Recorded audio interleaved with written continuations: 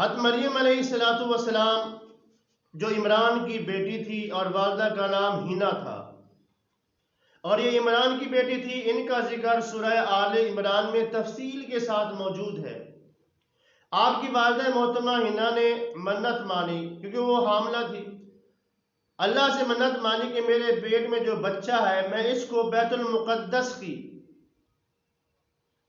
کے لیے وقف کرتی ہوں، وہ اس کی صفائی کرے گا، اس کی خدمت کرے گا، اس کی دیکھ بھال کرے گا۔ لیکن جب وہ بچہ پیدا ہوا تھا، وہ بیٹا نہیں تھا، بیٹی تھی، تو وہ اپنی بیٹی کو لے کر بیت المقدس میں پہنچی۔ اس وقت بیت المقدس میں جو عالموں اور عابدوں کے امام تھے وہ حضرت زکریا علیہ السلام تھے، جو حضرت مریم کے خالو تھے، اور وہ انہیں لے کر ان کے پاس گئی۔ انہوں نے اس کو قبول کر لیا، اس کا نام مریم رکھ دیا، اور اسے مردوں سے علیحدہ بیت المقدس کے بالائی منزل پر ایک محراب بنایا، چھوٹا سا کمرہ بنایا، اور اس میں حضرت مریم علیہ السلام کو رکھا۔ ان کی دیکھ بھال کرنے کے لیے بھی جایا کرتے تھے، کھانے پینے کے لیے، چیزیں دینے کے لیے بھی جایا کرتے تھے، اور وہ اپنے اس محراب میں، اس حجرے میں اللہ تعالیٰ کی عبادت کرتی، اللہ تعالیٰ کی یاد کرتی۔ تو حضرت زکریا علیہ السلام جب بھی جاتے ان کے پاس ان کی خبر گیری کے لیے، تو ان کے پاس طرح طرح کے پھل دیکھتے، یعنی سردیوں کا موسم ہوتا تو ان کے پاس پھل جو ہے گرمیوں کے ہوتے تھے، گرمیوں کا موسم ہوتا تھا تو ان کے پاس جو پھل ہوتے تھے وہ سردیوں کے ہوتے تھے۔ چونکہ حضرت زکریا علیہ السلام بے اولاد تھے، ان کی اولاد نہیں تھی، اللہ تعالیٰ سے دعا مانگا کرتے تھے، اللہ مجھے اولاد نورینہ دے۔ اللہ کی حکمت اسی میں تھی کہ اللہ تعالیٰ نے انہیں اولاد نہیں تھی، اور جب آپ علیہ السلام بوڑھے ہو چکے تھے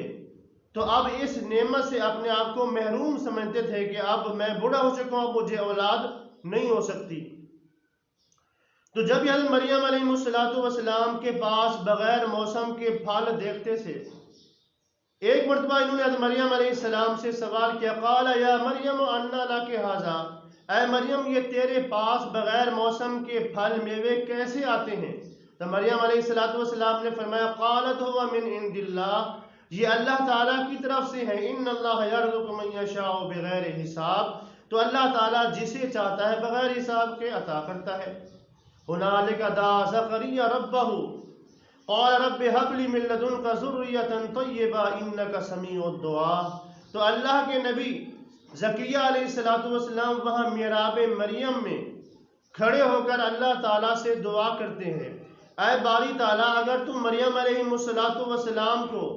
بغیر موسم کے پھل دے سکتا ہے تو مجھے بھی بڑھاپے کی حالت میں نورینہ اولاد دے سکتا ہے۔ فنادتہ الملائکۃ وہو قائم یصلی فی المحراب، کہ ایک فرشتے نے انہیں ندا دی جب آپ اس محراب میں اللہ تعالیٰ کی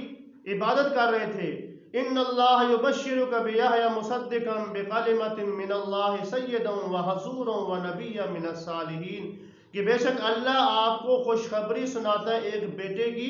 جس کا نام یحییٰ ہوگا،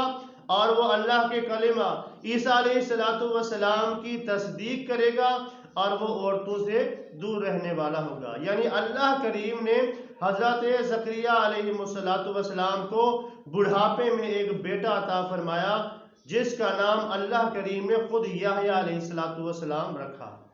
تو بزرگوں دوستو، سورہ آل عمران کے اس واقعے سے پتہ چلتا ہے کہ اللہ کریم ہر چیز پر قادر ہے، وہ چاہے تو جوانی میں اولاد نہ دے، بڑھاپے میں دے دے، وہ چاہے تو بڑھاپے میں نہ دے، جوانی میں دے، وہ جسے چاہے اولاد دے، جسے چاہے نہ دے، جسے چاہے سب بیٹیاں دے، جسے چاہے سب بیٹے دے، اور جسے چاہے کچھ بیٹے دے اور کچھ بیٹیاں دے۔ اللہ کریم ہر چیز پر قادر ہے۔